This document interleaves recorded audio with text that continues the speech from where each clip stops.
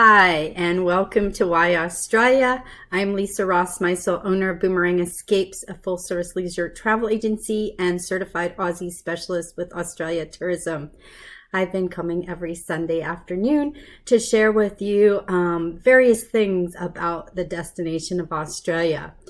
So one of the things I'd like to share is about the road. But before we get started with the road, I'm going to share our Aussie lingo for the word, which will actually tie into today's topic.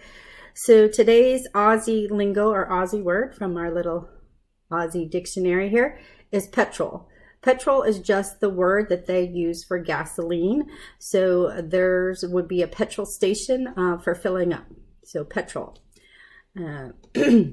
And that's why it ties in today and talking about road rules and driving in Australia. I know many of you will ask about driving in Australia. And again, it's really going to depend if you have the time to add a driving component to your trip. It will depend on how many days you have to visit the destination, but we certainly can put that in there. But there are some things that you should know about driving in Australia should you choose to have a road trip or a portion of it. Of course, and if you don't want to drive, which many of you don't, there are plenty of options for private transfers, shuttles, public transportation, tour buses, many of options to get you from point A to point B without you having to be behind the wheel. So no worries there. In Australia, they do have minimum ages. It varies by state or territory. In Victoria, that's where Melbourne is. Down in the south, minimum driving age is 18. In the Northern Territory, which is the red center, minimum age is 16 and a half. Then all the other states and territories, including the Australian Capital Territory of Canberra, are 17 for minimum age of driving. So you do have to, you would probably want to be at least 17 or 18 to be driving. Just like here in the States, they are very strict, no drinking and driving. Their minimum limit for alcohol is 0.05, so no drinking and driving. Also, just like here in the US, it is illegal to be on your mobile phone while driving unless you have a hands-free connection. You are required to pull off to the side or pull over if you're going to be hand holding your mobile device and talking. Also, seatbelts are a requirement.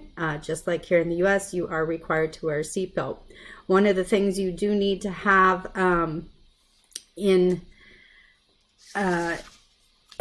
sorry, is an international driver's license must be carried at all times, and if it's not in English, it has to be with an English translation. Basically, what an international driver's license, it's actually an international driving permit. It's often incorrectly referred to as an international driving license. It's a document that, along with your valid USA driver's license, state license, allows you to legally drive a motor vehicle while abroad.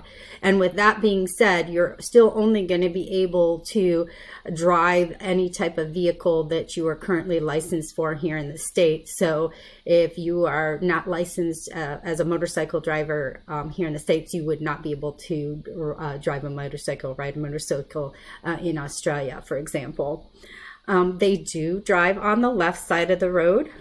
So all of their 2-lane roads you drive on the left, which means they pass on the right. And also they do have traffic circles. I know we don't have as many of those here in the US, but the traffic circles there, the roundabouts go in clockwise direction. Their fuel is in liters, and as I mentioned with our Aussie word of the week, they refer to the gasoline as petrol. So there are petrol fill-up stations. It is very important in Australia to make sure that you are filling up at the city stops and making sure that you have enough fuel, because the distances between cities can be significant. And not only that, the mobile connection and coverage between cities can be low, especially when you're getting out in, say, the Northern Territory and places like that that are more sparse and not as populated as the coastlines. You really want to make sure of that.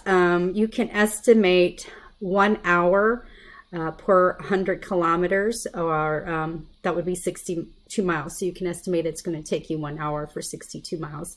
And of course, everything is posted. They have their speed limits, their street signs, their animal crossings, all of that, and would be good to brush up. Anything like that, if you were driving, we would certainly provide you with some more information on the driving rules. Not only, plus the rentals would have that as well. And you want to make sure that you're checking if you are renting a car on your trip, checking the rental requirements as far as how much gas needs to be in that, if you need to have any additional insurance, if you want a GPS, those sort of things. So it can be done. Again, like I said, it can be a fun experience. Maybe adding that. I know a couple of times I've had a combination where we've done that. A particular fun drive was going up the coastline, the Gold Coast in Queensland. We did a drive there from Brisbane up before hopping on a plane to our next destination.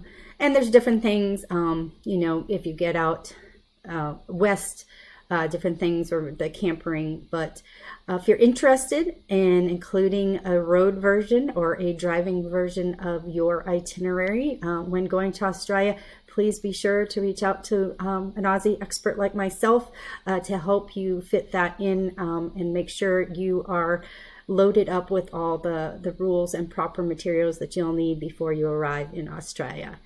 All right, that's it for this week. Take care. Have a wonderful Sunday, and I will see you next weekend.